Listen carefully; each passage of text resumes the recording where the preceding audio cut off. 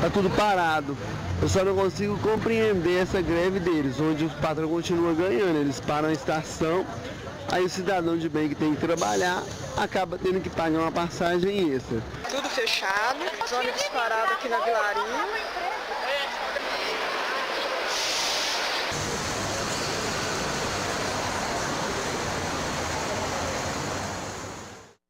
Boa tarde. Os rodoviários grevistas prometeram e cumpriram. Conseguiram parar as estações do MOVE em Belo Horizonte neste terceiro dia de movimento.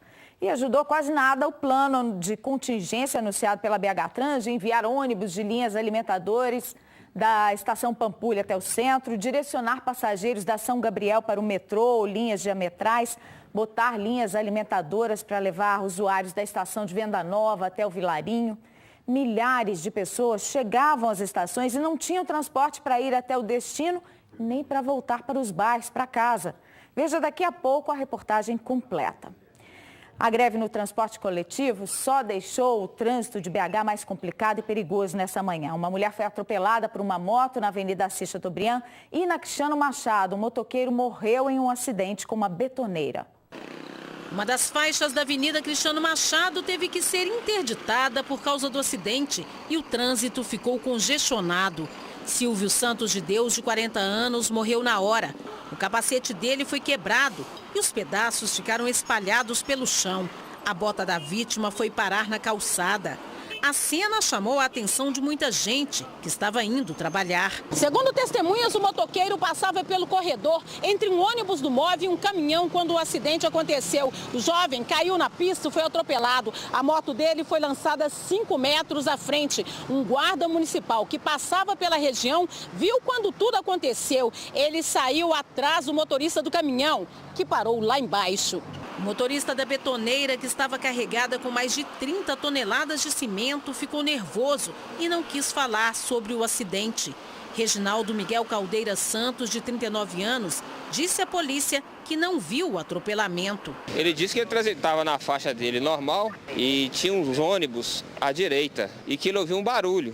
Ele viu um barulho, mas continuou na sua trajetória. A princípio é um homicídio culposo e ele faz o teste do etilômetro. Inclusive já fez o teste e deu 0,0. Na Avenida Assis Chateaubriand, no bairro Floresta, outro acidente envolvendo moto deixou uma pessoa ferida.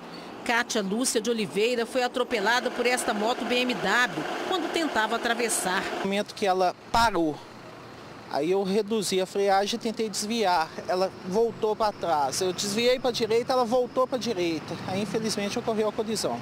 Equipes do SAMU e do Corpo de Bombeiros prestaram os primeiros socorros à mulher de cerca de 50 anos. Ela teve uma fratura na perna e foi levada para o Hospital João 23. A vítima está em observação, o estado dela é considerado estável. Mas teve outra morte por atropelamento na MG 424 em Vespasiano na noite dessa terça. Mário da Fonseca Victorino, de 49 anos, tentava atravessar a rodovia quando foi atingido. Ele morreu na hora. Destroços do veículo ficaram espalhados pela pista. A parte da frente do carro ficou destruída. Segundo a versão, as alegações do condutor, à sua frente seguia um automóvel e esse automóvel desviou. Ele não teve como desviar, deparou já com o pedestre atravessando a via. Ele acionou o sistema de freio, mas não teve como evitar o atropelamento da vítima.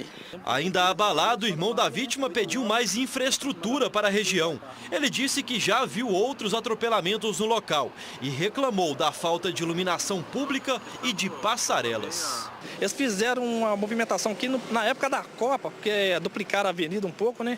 Mas só para aparentemente, só para aparência, porque na verdade nunca teve uma melhoria, nem depois da Copa, nem para pôr iluminação não teve.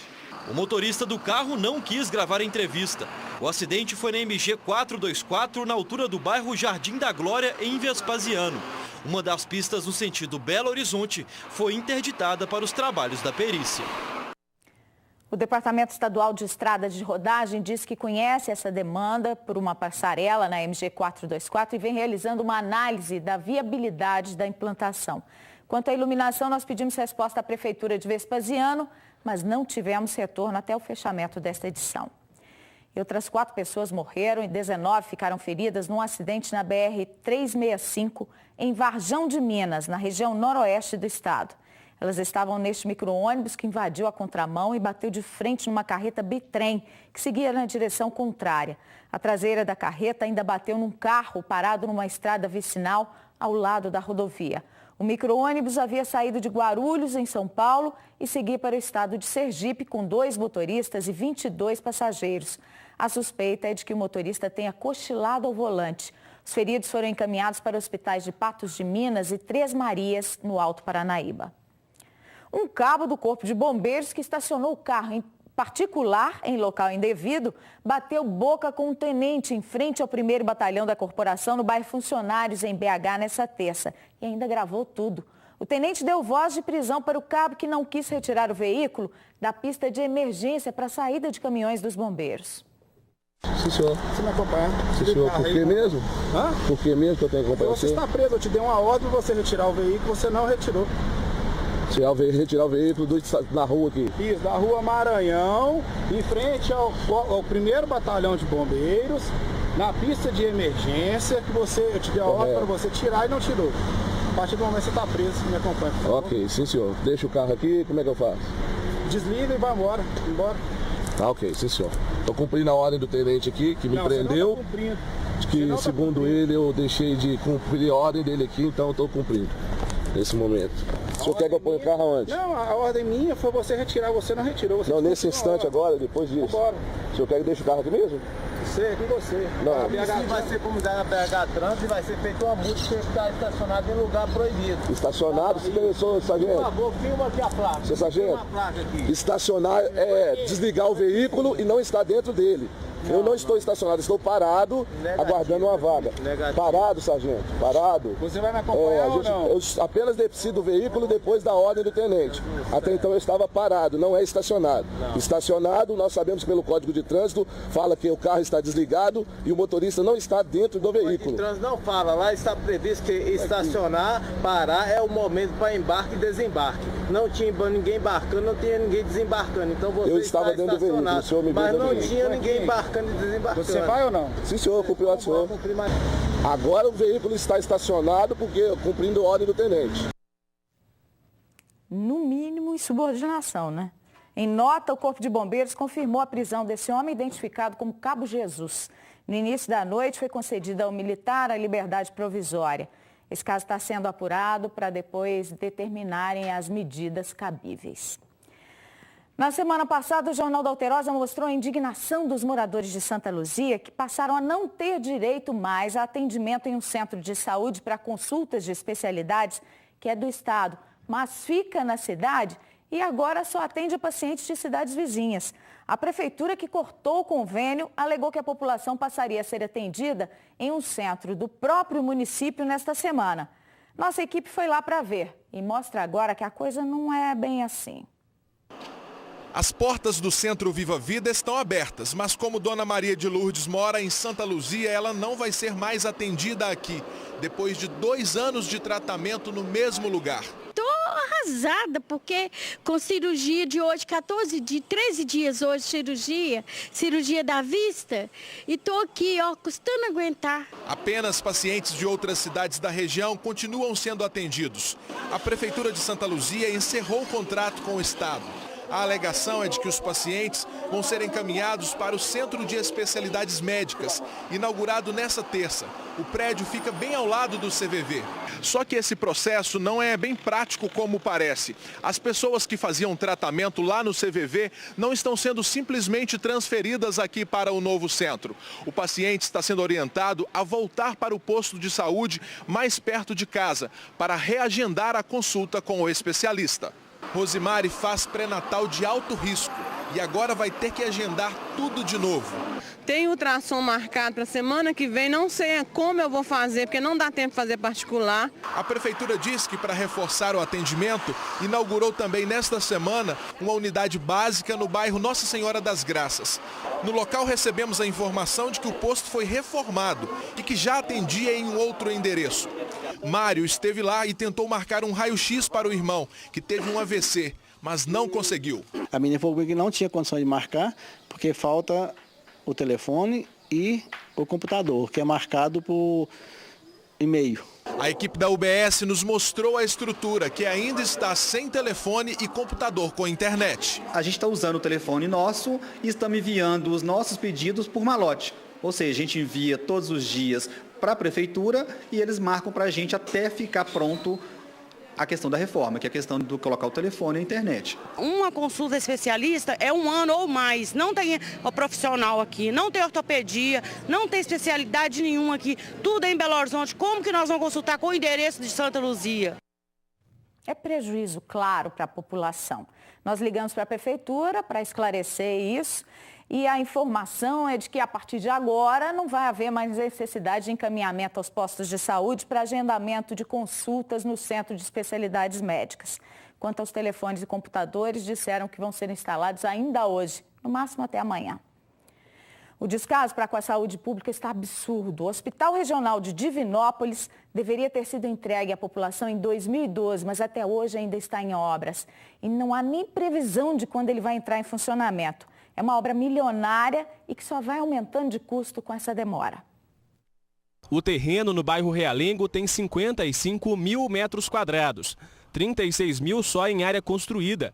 Quando ficar pronto, o Hospital Divino Espírito Santo vai contar com 210 leitos, todos do SUS. A gente sabe que existe um déficit de leitos importante na macro-região, até em Minas Gerais. Esses leitos eles vêm complementar o sistema, ainda mais são leitos que a gente chama de leitos qualificados, leitos resolutivos. O hospital vai ser equipado com 30 leitos de CTI adulto e outros 20 de neonatal, além de maternidade, atendimento de urgência e emergência, obstetrícia e bloco cirúrgico. Segundo a Secretaria Municipal de Saúde, a obra deveria ter sido entregue em 2012, mas por causa de atrasos nos repasses do governo do estado, o cronograma sofreu atrasos. Agora a prefeitura aguarda a liberação de mais 30 milhões de reais para concluir o trabalho, mas não há previsão de quando o hospital vai entrar em funcionamento. Já foram gastos na unidade cerca de 60 milhões de reais. Quando começou a ser construído em 2010, o hospital estava orçado em 80 milhões de reais. Por causa dos atrasos, a prefeitura calcula que serão gastos entre 90 e 100 milhões. É um hospital que vai trazer a possibilidade de complementação dos serviços que porventura não estão sendo adequados para a região. Um hospital que vai trazer maternidade, que vai trazer urgência e emergência, centro de imagem e outros papéis que estão sendo definidos em um plano regional desenvolvido pelo governo do estado de Minas. Obra pública no nosso país, no nosso estado, é quase sempre assim, né? É feita a promessa de uma verba, ela não é repassada em tempo, a obra vai atrasando, o custo aumentando, prejuízo para a população. Pelo terceiro dia consecutivo, estações de ônibus de Belo Horizonte voltaram a amanhecer fechadas, prejudicando o transporte de milhares de passageiros. Os rodoviários estão em greve por tempo indeterminado e querem participação no lucro das empresas, que, por sua vez, dizem estar no prejuízo. Ainda estava escuro quando os sindicalistas balançavam bandeiras na estação Pampulha e impediam os coletivos do MOVE de sair. Na Vilarinho, mais integrantes do movimento e muitos ônibus parados. Milhares de pessoas não conseguiram chegar ao trabalho. Saí de casa era 10 para 6, peguei o ônibus 6h30 e estou aqui até agora. Quase 9. Quase 9. Eu sou diarista e o meu dia de serviço, quem paga? Na região do Barreiro, os coletivos que passam pelos bairros também circularam. Eles levavam os passageiros até a porta das estações, mas nada de ônibus para o centro da capital. E todo mundo pagou passagem. É uma sacanagem deixar nós assim, né? Trazer nós, jogar nós aqui, sem, né? Explicação nenhuma. Então parasse todo mundo, né? Deixasse todo mundo de casa. Para não faltar ao trabalho, Dona Cleusa chegou de madrugada à Estação Diamante. Que horas que a senhora chegou aqui? 5h30 da manhã. Fiquei na fila, estava na fila, né? Estavam saindo os ônibus. 6 horas parou. Parou tudo. Agora eu não tenho nem como ir e nem como ir embora para casa. Desde segunda-feira, algumas empresas estão se virando para buscar os funcionários. Este grupo de jovens trabalha em um supermercado na zona sul da capital e aguardava a chegada de uma van. É horrível, porque você sabe, eu acordei 5h20, aí cheguei aqui, era 7h25 e ele ainda me deixou lá embaixo. Muitos motoristas e cobradores se concentraram na estação Barreiro, onde havia um grande número de coletivos parados. De acordo com o sindicato da categoria, se não houver acordo entre patrões e empregados, o movimento que reivindica o pagamento da participação nos lucros vai continuar nesta quinta-feira. Está certo de parar, só que eu acho que eles deveriam avisar, né? Deveria ter avisado que iriam parar, mas que estão certos, estão sim. Patrões e empregados não se entendem, prejuízo mais uma vez é para o povo que já paga para ter esse serviço. Não custa nada, isso só se resolver com mais um aumento de passagem. O Ministério Público entrou com pedido de medida cautelar na Justiça para tentar impedir que as celas das centrais de flagrantes da Polícia Civil fiquem superlotadas em Belo Horizonte. Na ação, a promotoria acusa o governo de omissão, pede que ele seja multado se não readequar a Ceflans e cita as reportagens exibidas aqui pelo Jornal da Alterosa. Policiais militares presos aos registros de ocorrências que levam mais de 13 horas para ser feitos e tirados do trabalho de prevenção e repressão aos crimes nas ruas. Nós assumimos o plantão agora cedo, por volta das 7 horas da manhã. Já tinha uma equipe nossa da madrugada. Tem bastante gente na fila de espera aí.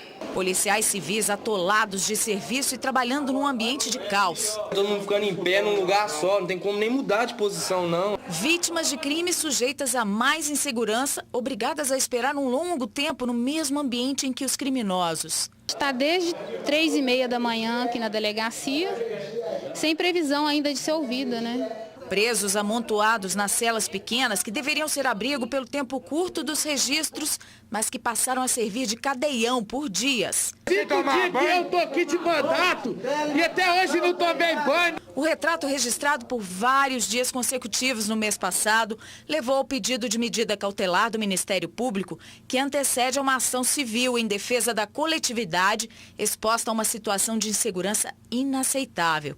Isso sem falar no desrespeito aos direitos dos agentes de segurança e dos presos sob a custódia do Estado. E atenção, hein? Multa para o Estado significa o quê? Vai sair do nosso bolso, da população. O ministro da Integração Nacional, Gilberto Ock, anunciou hoje o encontro com o governador Fernando Pimentel, investimentos no abastecimento de água em Minas. O encontro foi no Palácio da Liberdade. Acompanhado de secretários de Estado, o governador Fernando Pimentel recebeu o ministro da Integração Nacional, Gilberto Ock. Foi lançado o edital de licitação para contratar as obras da barragem de Congonhas, no norte de Minas. A assinatura libera, por meio do PAC, cerca de 300 milhões de reais do Orçamento Geral da União. O empreendimento beneficiará 500 mil habitantes na região. Durante a reunião também foi assinado um termo de compromisso que garante 10 milhões de reais para ações emergenciais em municípios do estado que sofrem com a seca.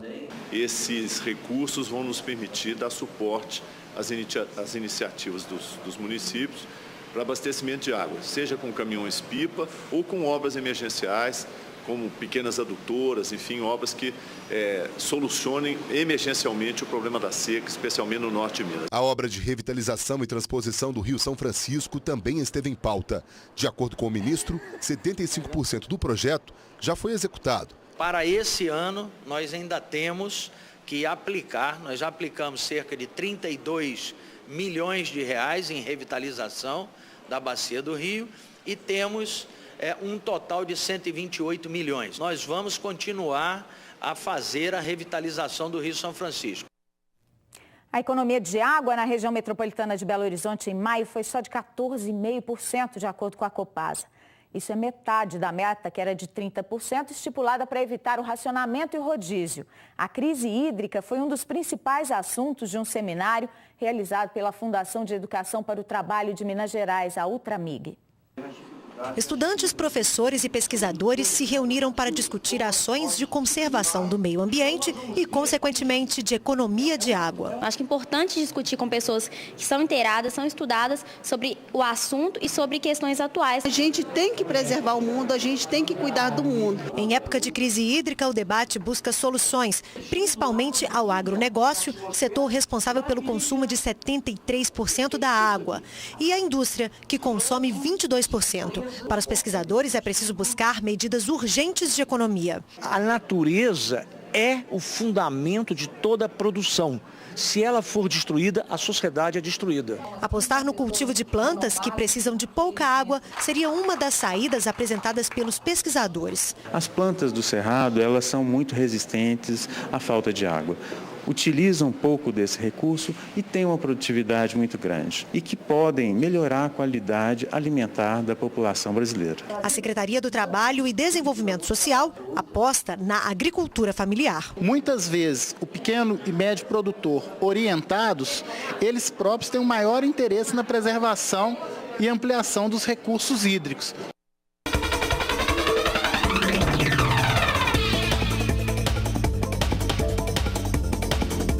Tempo estável com céu ensolarado e temperaturas mais baixas em boa parte de Minas. Apenas no leste e no nordeste a circulação de vento favorece a formação de nuvens, mas não chove. A máxima em Belo Horizonte é de 27 graus. Em Passos a temperatura chega aos 25. Aos 31 graus em Januária. Ouro Preto registra máxima de 25 graus. E Diamantina de 23. Belo Horizonte está com tempo aberto, poucas nuvens. Você vê aí nessa imagem ao vivo, a temperatura neste momento é de 25 graus e a umidade relativa do ar está em 54%. 8 em cada 10 pessoas que andam nos bancos da frente de veículos não morreriam em caso de acidente se os passageiros do banco de trás usassem o cinto de segurança. E metade dos que vão atrás não usa o equipamento de segurança.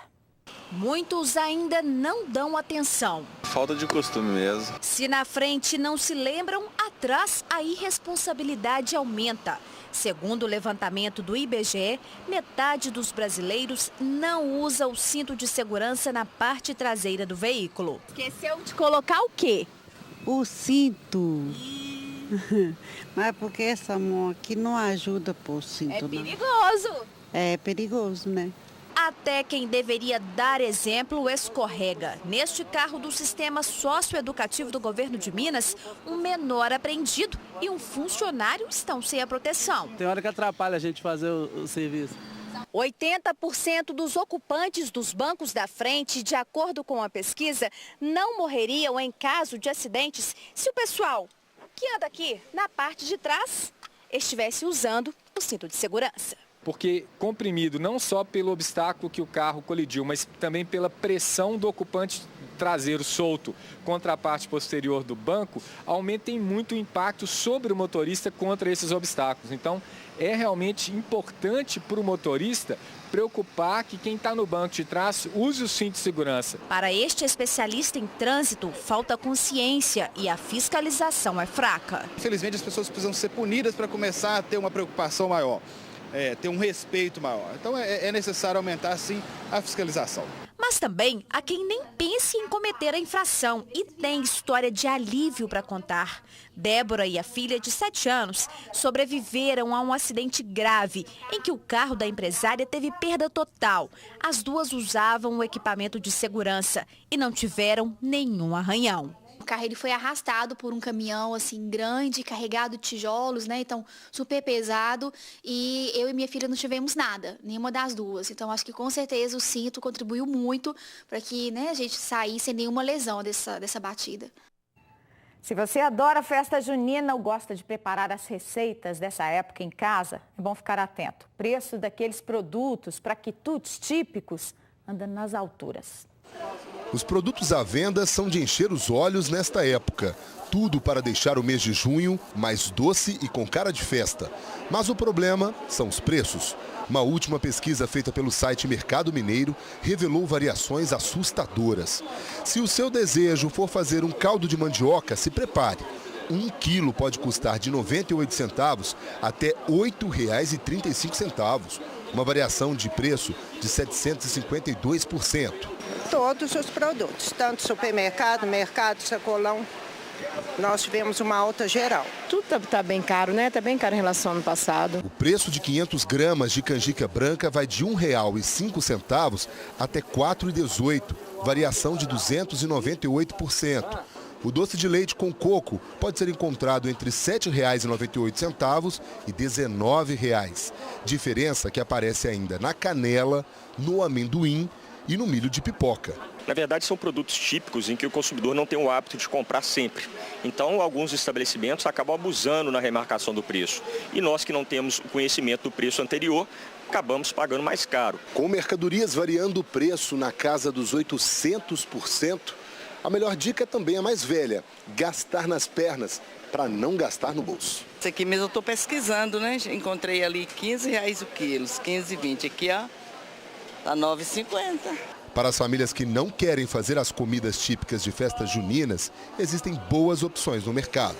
Na verdade, ele pode ter opção até de comprar a granel, porque ele tende a comprar somente o necessário e não desperdiça, né? Que a gente vê que o momento também é de economizar até na quantidade comprada. E mais, o ideal também, muitas vezes, se você tiver dúvida como se faz uma canjica, como os nossos avós faziam, é comprar realmente no supermercado, nas padarias, que já tem ali o produto pronto. Você paga um pouco mais caro, mas o custo-benefício vai ser melhor.